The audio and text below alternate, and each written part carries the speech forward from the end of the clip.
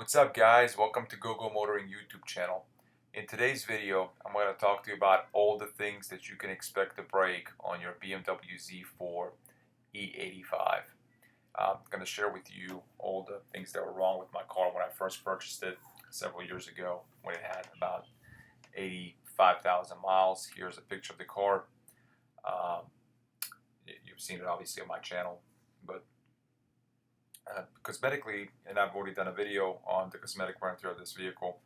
Cosmetically, the car has a few dings as you can expect. All in all, it's a pretty good condition for a car that at the time was 15 years old and had 85,000 miles. So the car looked pretty good, but there were a few kind of dings and scratches here. We'll start off with wheels and tires. Interestingly enough, when I first bought the car, there was a gash in the rear tire, so I had to replace the tires, one of those tires, pretty quickly after purchasing the car. And the tire wear was not great, as you can kind of expect with a lot of these BMWs with a staggered rear wheel setup, where you can't really rotate the tires like you would on a normal car. I have since had to replace the rear tires as well. Another thing that was interesting is that a couple of the rims were bent. So when I discovered that, I had to get those rims repaired as well. That's not a surprising thing. If you've driven this car, you realize how stiff it is.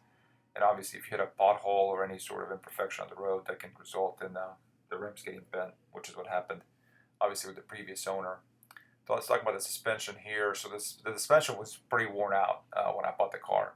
The rear suspension here, you see the bump stop kind of not holding there, and yeah, it was pretty. The suspension just was not great, and it's something that I've had to fix since, and I'll talk about that in the next video. I also learned that the front suspension of the car had the Bilstein B6 shocks. The previous owner, for some reason, didn't put the B6 shocks in the back. I have since fixed that, and we'll talk about kind of what change that has made to the car. But again, I have had to replace the bushings, and I'll have another video on the types of bushings that you should use for this car. But that was the suspension was definitely an issue and something that you should expect if you buy this car. Brakes wise, the brakes are actually in pretty good condition. Again, I have since had to replace the rear brakes because they had worn out. I think I still have the front brakes. I haven't had to fix those. So it's been that's got to be expected for an older car. This was something interesting. There was actually a hole.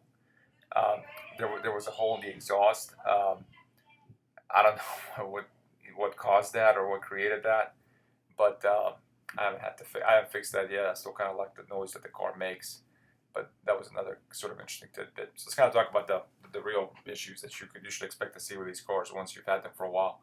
So belts and tensioners, I had to replace pretty much every belt within the engine.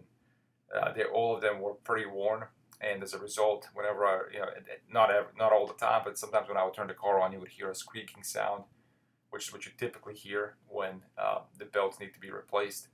So as you can see in some of these pictures, a lot of these belts were not in the greatest condition. Again, they were hard, cracked, made squeaking sounds. And as a result of that, I had to replace those belts.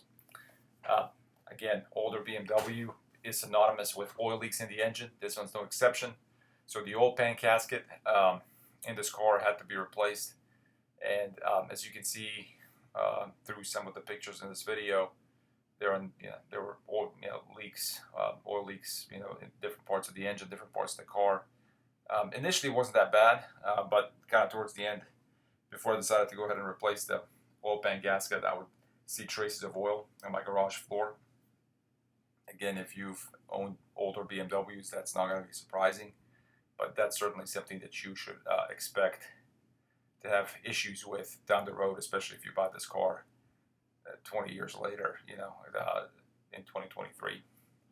Big issue with the M54 engine that comes in the E85 is the radiator, the thermostat, the water pump, kind of what they call the AC overhaul that needs to be done.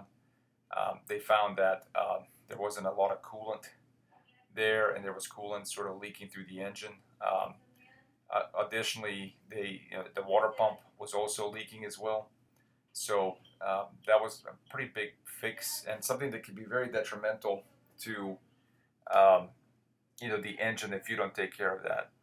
And then finally, the convertible roof issues. I've recorded a series of videos on this, so be sure to check those out. All right, guys, appreciate you watching.